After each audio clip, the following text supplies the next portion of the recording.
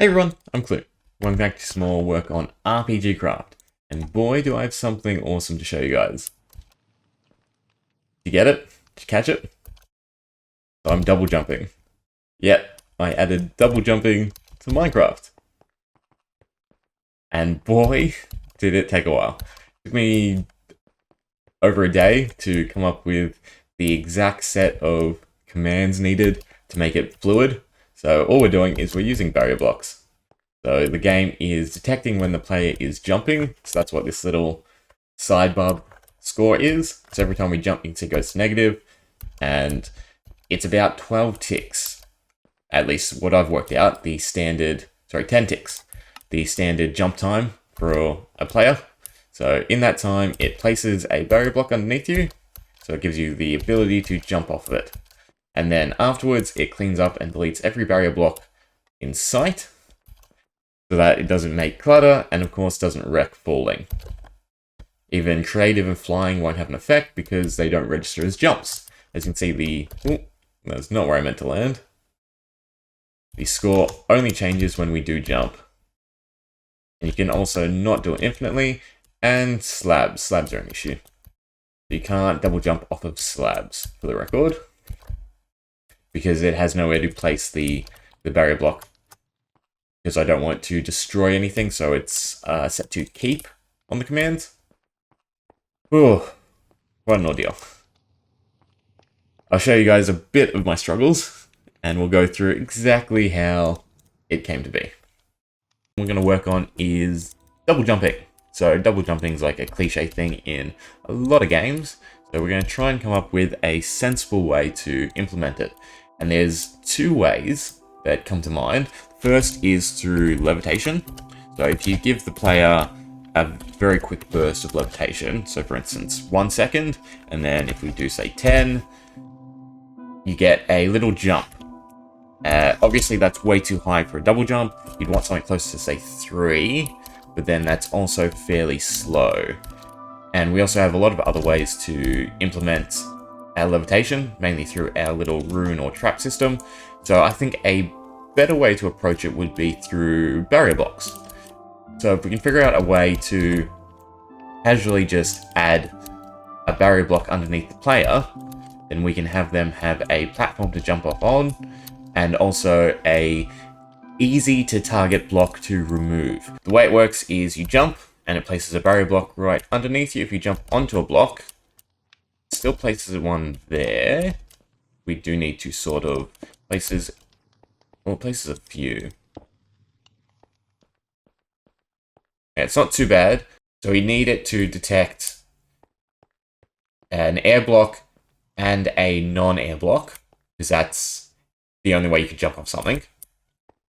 And then we need the cleanup to act without necessarily being on a barrier block. So essentially, we're just going to have a method to... The easiest way would be to just delete every barrier block that's not in an armor stand. That would be the simplest way, but then that also messes up our timing. And we're so close. Just have to polish up the delete mechanism. And we literally have double jumping. I've even got the timing down pretty good. But there's just a little bit of that block error where we sort of sink down a bit slower. Especially if you go sort of long distance like this. And we just want to delete that up so that there's the real perfect feel behind it. Because the apex jumps, so jumping back to back, feels pretty decent. Like there's no huge bit of jitter. Ooh, too quick that time. But on the descend, there's that little bit of lag as you land on the barrier block and then it's deleted. So we want it to essentially, it's going to be tricky because we want the block to be deleted before the player lands on it. But we also need the block to register so that we can actually reset and double jump. God, I hate math. So, it's all about working out the timing. So I've added this top one, which deletes the block underneath us. Problem is, if we make it too small, then our falling is like jagged. And if we make it too big, then while our falling is smooth, we can no longer jump off of the barrier block that gets inserted quick enough. Okay, I cannot get the math to work for the life of me, so I have to come up with a different way. And I think the best way to do it is, we know this works, and this is the principle of the whole jump system. So what if we separate it and run tags? So you can chain them together, which is everything I don't want. I need a way of detecting when the player is just falling, not the jump. The tag system, there could be something there, but currently my brain can't fathom the connections we need to make to get it to work. So if we break it into stages, you've got the player jumps, then a block is placed, then the player re-jumps off of that block. And the issue is, say the players, we're detecting this height. Well, I need to delete this one. Okay, so the way we have it set is when the player collides with this block, that's when it gets deleted. So they can collide with it and jump off it, and it gets replaced. When they're at the apex of a jump, which is a block 0.2, so from here, it's technically we're this high, roughly, and then we fall down. At this height, the block is being placed, then we're colliding with it and it's getting deleted. The problem is if you don't collide with it like that, it doesn't get deleted. If I make it so we're just on top of the block, that increases the overall range, because like I said, because of the function we're using and the player does collide with the block, it means if you just make it, say, -1, so right below you, at some point you're hovering above the block and it gets deleted before you land on it. And it's just this functionality in the game that I'm using as an advantage right now is also a huge disadvantage for this system to work overall. So I don't know if I scrap it and I go back to trying to use Levitate, or if I continue to tinker with it and see what exactly I can come up with. It's just a headache, and I was so excited because this is really good functionality if you just jump up on the spot. Like, it's a working double jump. I slept on it, and I think the solution to our problem was right in front of us the whole time. So we've got a working jump system where we can double jump off the barrier block that's being placed. But we have two main issues from it. One, if we jump diagonally, in any sense, we can sort of skywalk. And two, if we're falling, we have a little buffer system because of the barrier block that's being placed. So the solution to the first problem, the diagonal jumping, let's see if I can staircase properly. Ooh, getting a little bit of height. My timing's a bit off. Ooh, a little bit. Yeah, so the issue with that one was right in front of us. So here where we have execute at the player, if there's an air block underneath them, we have this unless statement. So unless there's a barrier block underneath them, it's not going to make a new barrier block. And that's how we get around infinite jumps. So for instance, if we got rid of that unless statement and just left it like that, we would be able to infinitely pillar up as long as we timed the jumps right. So of course we still have the delete mechanism. It's working, but as long as we have the right timing, ooh, I'm not too great at this, we can get infinite height. So the way around this is just to include more unless statements. So instead of just unless the 2 blocks below us, so that's the main crux, which is a block here, and then 2 blocks down would be a block here. So we jump, puts barrier block here, we're on top of it, and it's not going to put another one here if we jump again. That's the initial bit. But if we take that a step further and just put a whole bunch of unless statements all around the player, this will prevent any diagonal jumps. So you'll only be able to jump, double jump once, and then after that, you won't be able to essentially go diagonal and infinite. Finally got the solution. Where to start? So this right-hand side is very similar to what we've been working with previously. This whole left-hand side is now the scoreboard system I settled on. So I think it's these three. No, these two.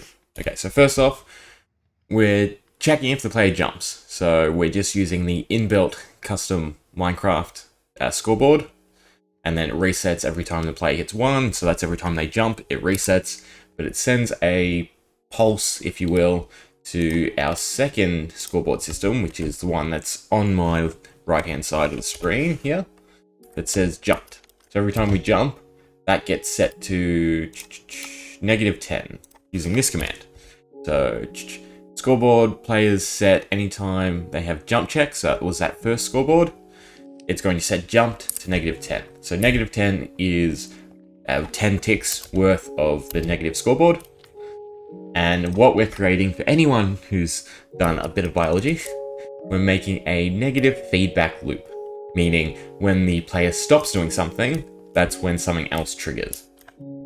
So every time we jump, that scoreboard is being set to 10, and then these two other command blocks just clean it up. So this one just adds 1 to it every tick. Oh, sorry, every tick.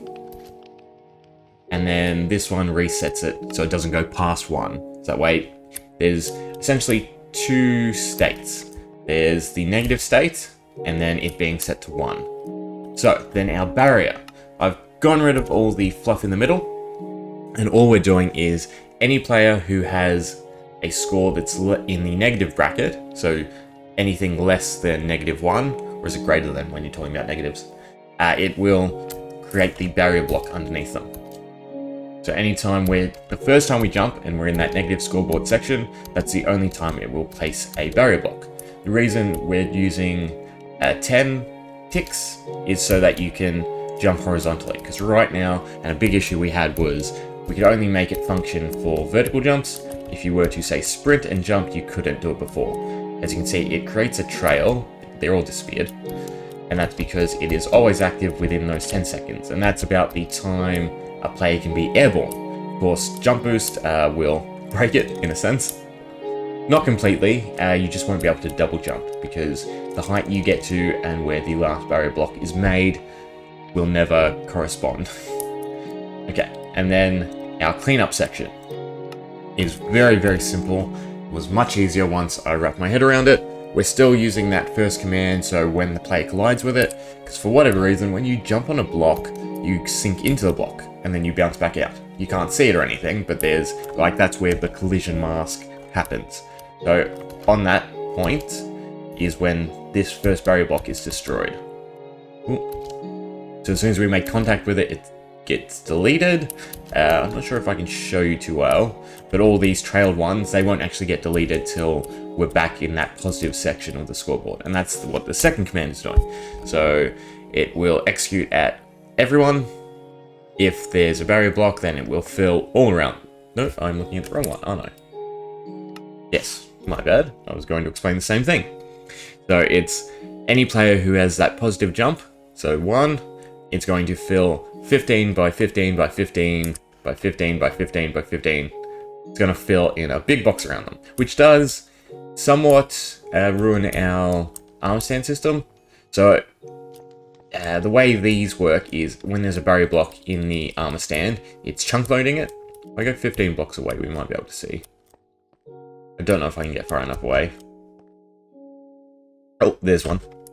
Essentially, it's not a big deal, because obviously if the player is close enough to it for the barrier block to be deleted, then the chunk's already loaded, and when they disappear from its range, that's when it will reload. So it's actually a bit better, because it means that the chunks won't be perma-loaded while the player's in them. I don't know if that helps with server load whatsoever, but we'll say it does. So yeah, so that's pretty much it. A huge headache for what turned out to be three command blocks worth, rather than I had a huge tail before. I mean, the big thing was just wrapping your head around the timing to create that negative feedback loop. And I was thinking in positive aspects, so when the player jumps, not when they land or stop jumping is the correct terminology. And this whole system now works off of when they stop jumping. So that also disables multiple jumps. So you can't jump off this command block, because for whatever reason, I don't know if you've noticed, but the scoreboard does not register the second jump for whatever reason. It's probably something to do with Minecraft internally and their scoreboard system, that the player has to have quote unquote touched ground for it to register a jump, and this is not, because we're doing something that's somewhat impossible. Or it could also be that the block is deleted before the game can register it. For whatever reason it works. I wouldn't be surprised though if on a server it does not, if the lag does not allow for it. But the big thing we're going to lead into is we're going to tie it all into having to have an item in your inventory that unlocks the ability to double jump. So it's very simple. All we'll end up doing is inside this little add all bracket, we'll just add NPD data to scan the player's inventory, and if there's an item that they've crafted, well, I haven't settled on a system yet because I do want to add other passive effects, but unless they have that item, it won't be making or deleting barrier blocks. So it's not too much of an issue, and it's not something that will be strongly missed on a server. Like, all the other features are still accessible. The only thing you can't double jump, I doubt I could make that. Even sprinting, I think it's too far. Oh, close. I just mistimed the second jump. It's also very, very perfect because I didn't want to ruin the feeling of falling. Oh, there we go. So you do have to be very precise on that second jump. If you mistime it, not that I can do it now because I've got the rhythm. Horizontally, I can't. My timing horizontally isn't there yet. Can we make it back? Cool. As you can see, that's where it placed them. They are deleted though. But yeah, that's pretty much it. Longer than it should have been. That's all I'm going to say. Thanks for watching. Hope you enjoyed. See ya.